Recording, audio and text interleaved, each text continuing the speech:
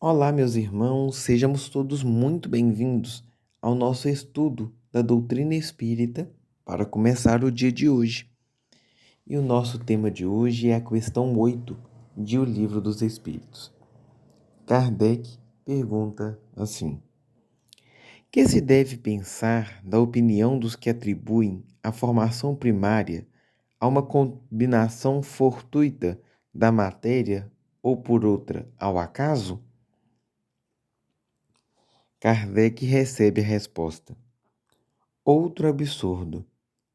Que homem de bom senso pode considerar o acaso um ser inteligente?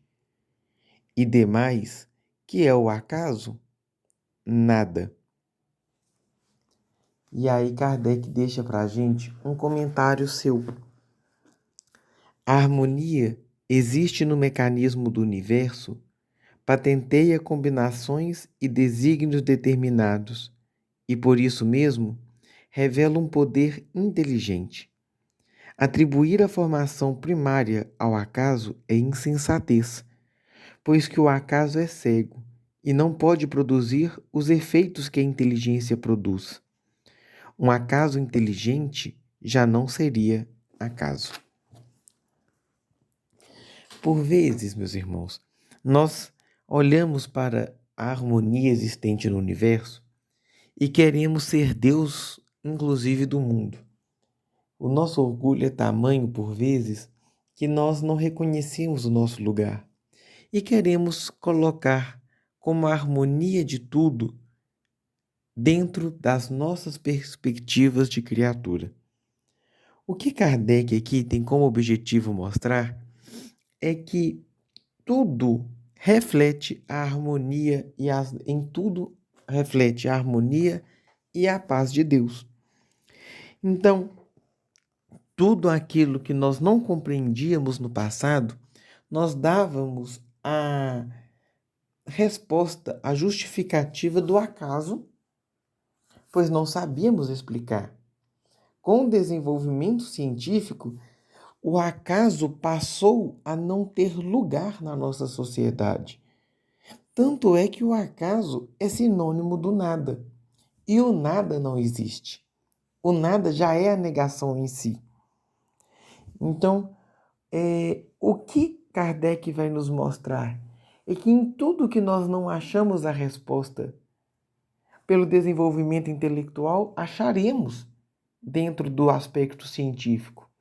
E mais, quando olharmos com os olhos espirituais, perceberemos que em tudo vibra as leis de Deus e a sua organização, as suas leis.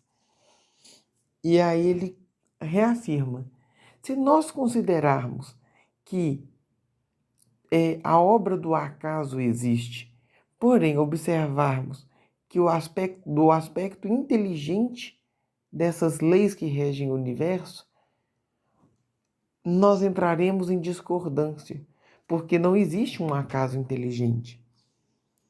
E aí a gente volta, sempre falando nesse primeiro capítulo de O Livro dos Espíritos, que essa inteligência suprema que precede a tudo é Deus. Miramês vai nos ajudar então a mergulhar nessa questão número 8 de O Livro dos Espíritos. E assim, ele vai nos falar que o orgulho nos faz esconder Deus pela fraqueza do entendimento, colocando como acaso, palavra que nada expressa na linguagem dos homens, e que o desmerece, esconde os seus próprios valores, porque dependemos da sua iluminada presença e da sua magnânima existência espiritual. Miramês aqui vai falar para a gente que quando nós desconsideramos a causa primária de todas as coisas, que é Deus, primeiro estamos incorrendo em erro, e o erro do orgulho. Mas também nos leva a uma segunda reflexão, que quando desmerecemos a ação de Deus, nós estamos sucumbindo, nós estamos esquecendo e desmerecemos a nossa própria ação, porque nós só existimos perante o Criador. Nós só temos as nossas virtudes porque Ele as tem em abundância. Porque nós dependemos de Deus. Nós dependemos de sua existência espiritual para sermos. Então, não existe criatura sem Criador. Então, toda vez que a gente atribui tudo ao acaso, nós estamos, na verdade, desmerecendo as nossas próprias ações e as nossas próprias existências. E ele continua explicando para a gente que a alma já moralizada é obediente. Obediente a essas leis de Deus.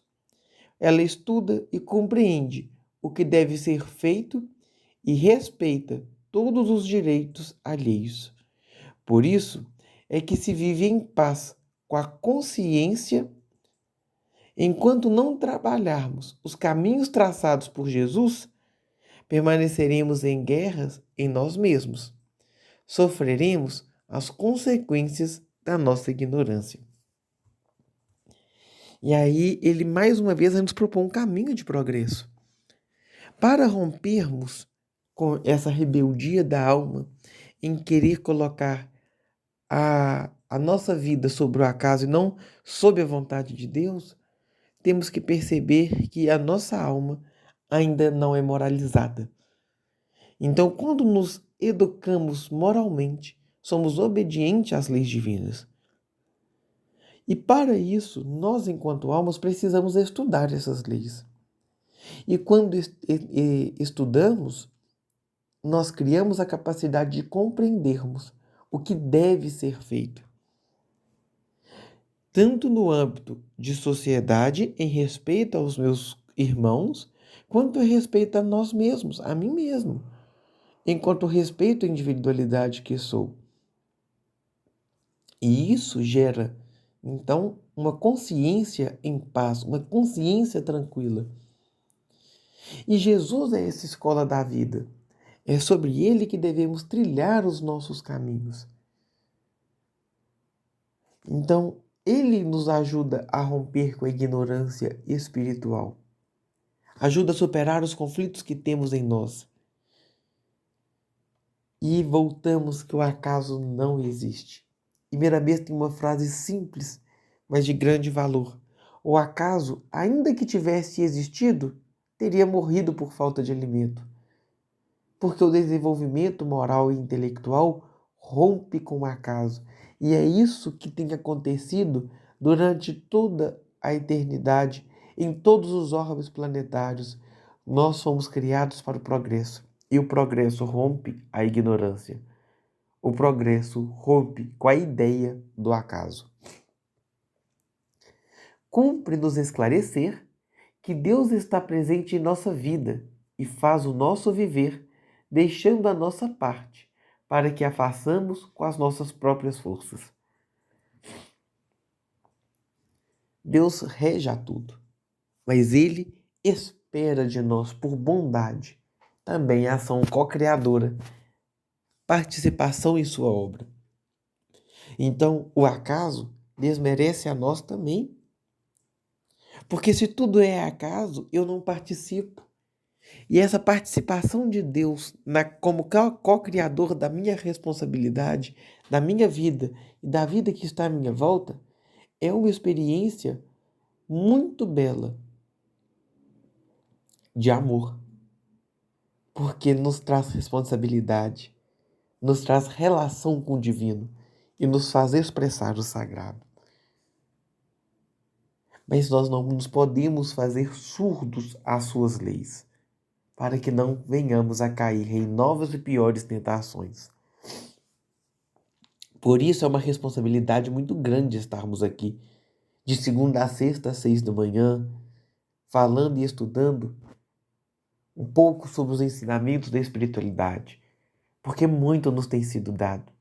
Então nós não nos podemos fazer de surdos, de cegos às leis de Deus que vibram em nós e que vibram em todo o universo.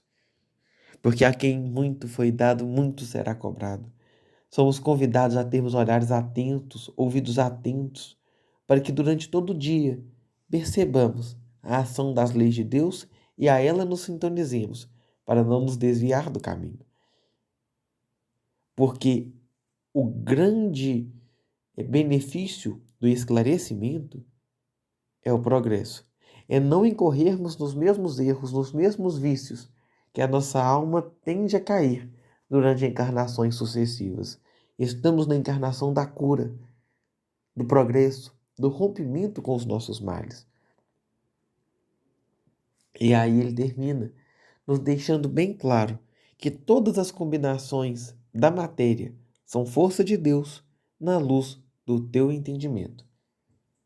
Então, se em tudo vibra Deus, em tudo podemos dar graças a Ele pelo benefício concedido, por todos os instrumentos nos colocados à disposição para a expressão de seu amor e como ferramenta de trabalho para o nosso desenvolvimento. Meus irmãos, como reflexão para hoje, eu queria te sugerir, te convidar a repensar sobre a sua própria vida e pegar situações que hoje te incomodam e refletir sobre elas. Elas não são fruto do acaso. Elas são fruto do seu processo de escolha, do seu exercício do livre-arbítrio, oriundos dessa ou de outras encarnações e que geraram conflitos. Porém, o nada não existe. E nós temos a consciência de sermos criados e amados por um Pai que zela por nós. E depois de assumir a responsabilidade, ou parte dela, das mazelas que te afligem, coloque-se sobre os cuidados de Deus e peça a Ele auxílio para a superação das dores da alma. Meus irmãos, que Jesus nos abençoe e tenhamos todos nós um bom dia.